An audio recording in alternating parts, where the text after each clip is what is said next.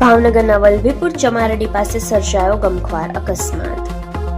મહેન્દ્રપુરમ નજીક I-20 કારે scooter સવાર બે આધેડને લીધા અડફેટે. પૂરપાટ ઝડપે આવી રહેલી I-20 કારે સ્કૂટર પર સવાર બે આધેડને લીધા અડફેટે. ગંભીર રીતે ઈજાગ્રસ્ત થયેલ બંને આધેડનું ઘટના સ્થળે જ નીપજ્યું મોત.